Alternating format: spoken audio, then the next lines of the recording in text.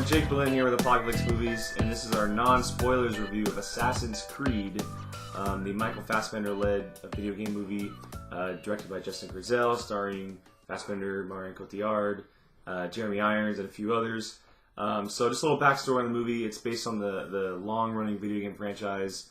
I personally never played the video game.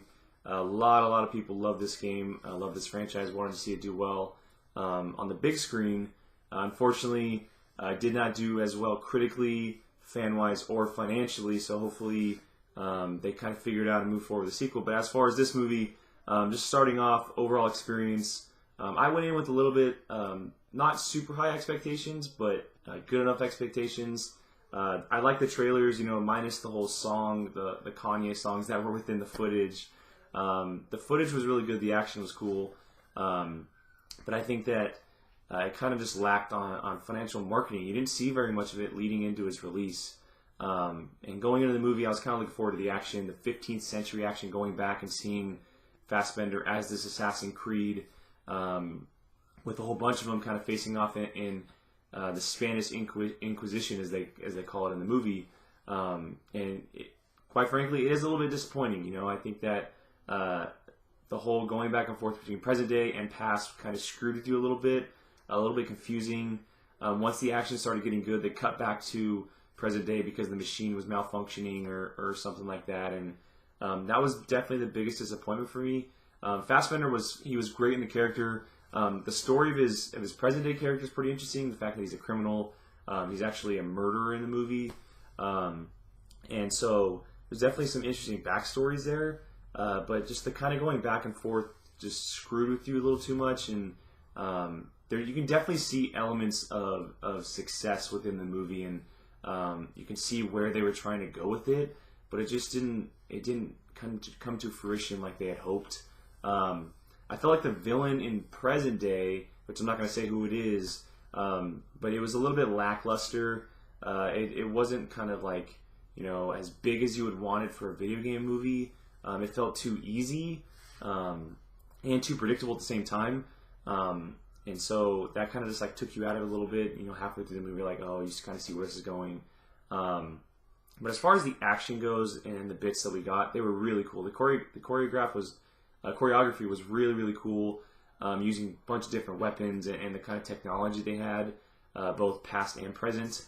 The Animus machine was actually pretty cool, the way they operated. I know that I've been told that it's pretty different in the video game, but this movie version was actually pretty cool how they operated. It's kind of like a shadow figures and whatnot. So as I said, you could definitely see cool elements within the movie, but it just wasn't executed as we all hoped. The performances are good. Fassbender and Cotillard are great in their roles. I forget who plays Fassbender's partner in the past, but the woman assassin, she's a badass. She's totally cool in the movie. Her and Fassbender's character work really, really well. But again, I think that the biggest thing that this movie kind of just, the disappointing fact from it is that the jumping back and forth between times definitely just took away from the experience. I think you go in this movie expecting a lot of action, a lot of cool stuff in the past, and most of the movie took place in the present. And so, for that, it is a little bit of a disappointing experience for me. Again, I didn't have huge expectations, but I went in hoping that a video game movie was going to be good. We've been hoping for Warcraft and Assassin's Creed 2016 was going to be the year for video games. Unfortunately, it was not. Warcraft probably was received better than Assassin's Creed, which is a little bit surprising to me, but hey, that's what it is. So, so just real quick run over my positives and negatives. Positives are the performances, for sure. Fassbender and Cotillard are great. Their characters, not as strong as I would hoped, but the performances definitely keep you intrigued with them. Justin Kurzel is the director. Maybe this is a little bit of a step back from him, but I think that he's going to rebound quickly and with some other film. A little bit of negatives, again, the story jumping back and forth between past and present is a little bit confusing for some. Takes you out of the movie and the action a little bit, which is disappointing. And there's some things here and there, but I don't want to spoil anything, so those are just going to run through those positives and negatives. Overall score for me, I'm actually going to give Assassin's Creed 5.5 out of 10. A little bit better than what other people are giving it. A lot of people are pretty disappointed with the movie, but I'm going to stick to 5.5. Again, some of the action is pretty cool, and you get to see some cool things in there. It's not what you hoped, and hopefully they kind of figure it out and maybe move forward with a sequel, which would be cool and kind of learn from the mistakes. But who knows with the financial situation it had.